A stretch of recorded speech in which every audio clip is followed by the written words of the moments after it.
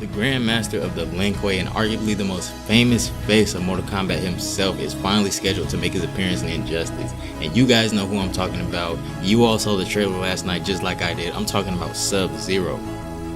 Alright guys, so last night we were blessed with that beautiful trailer for Sub-Zero, and after seeing that and knowing what I know about Mortal Kombat and doing my own little bit of research about Sub-Zero and how he's going to enter this game, I am completely confident in saying I think Sub-Zero will be one of, if not the best character this game has to offer, and I'll get into that in a second. Alright guys, so in this video I've compiled my list of the top 5 reasons why I think Sub-Zero will be one of the most unstoppable characters in this game. But first, let's go over his base stats, and for all of you that haven't seen his base stats yet, I'll link him for you in the description box, and I'll put a picture in this video as well. So his base stats, they're looking pretty average. No, he has okay strength, okay ability. His strength is 1100, that's pretty good. His ability is 1050, that's also pretty good. Now his defense is a little above average. It's nothing too special. He's rocking with about 950 defense, and his health is pretty average at 1000. Alright guys, so given that all we know really is his base stats, we're going to have to go solely off of his trailer and what we know about his gameplay previously. So my first reason why I think Sub-Zero will be one of the most unstoppable characters in this game, guys, is the speed of his moves. Now, I'm sure you guys saw it just like I did. The speed of this guy's moves is off the charts, especially his slide, guys. And for all of you that played MK in the past, you know that slide already causes problems. And the speed of his slide, from what it looks like, is so much faster than MK. I can tell you guys this right now. That slide will be a game changer.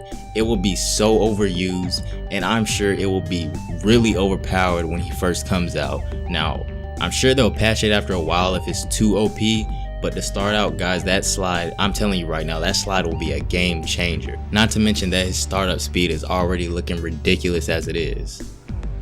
Alright guys, so my second reason would have to be the ease of his combos, and going strictly off of the trailer that we saw last night, it looks like the devs are pretty much giving us the same exact moveset, give or take a few things here or there of course, that Sub-Zero had in MKX. And I'm sure a lot of people out there that played MKX heavily like me can agree that Sub-Zero has some of the easiest combos in that game to learn.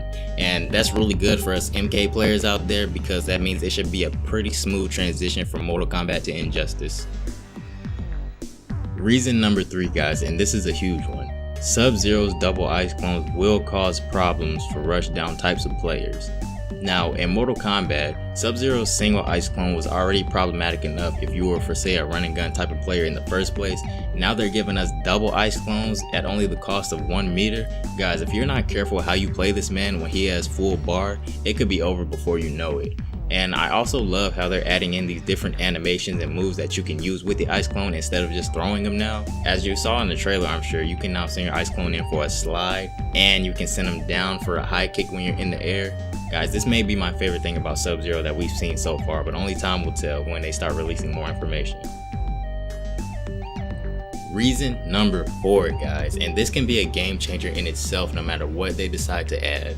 Now, Sub-Zero has some of the best, and I mean the best overhead low mix-ups that I've seen in a fighting game. From his combos to his special moves and how to intertwine them. If you're creative, guys, I'm sure you can play rushdown on just about anybody in this game.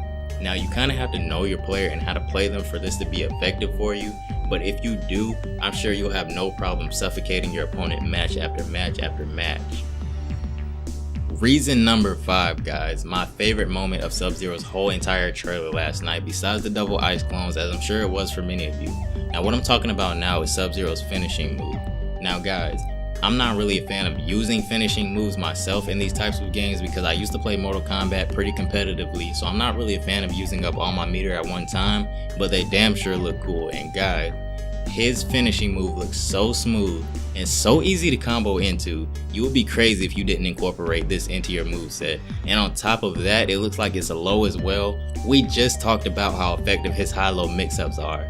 Now, I recommend anybody out there that plans on playing Sub-Zero pretty seriously, take full advantage of this when he first releases, because as we all know, when a new character releases, nobody really knows how to block them effectively for the first few days or weeks or so. So, if you want to be as effective as possible and throw your opponent off, I recommend you take full advantage of this and incorporate this into your combos. Alright guys, that is going to do it for my top 5 reasons why I think Sub-Zero will dominate Injustice 2. Be sure to leave down in the comment section below whether you think he'll be a hit or miss. And also be sure to leave a like, hit that subscribe button. We're so close to 100 subs. We got here a lot quicker than I thought, and I'm so blessed for that, and I love you all for it. And that'll do it for today. I'll see you all in the next one. Peace.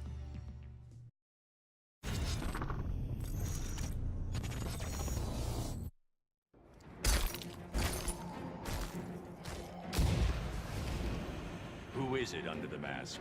I am Sub-Zero, Grandmaster of the Lin Kuei. That's a first.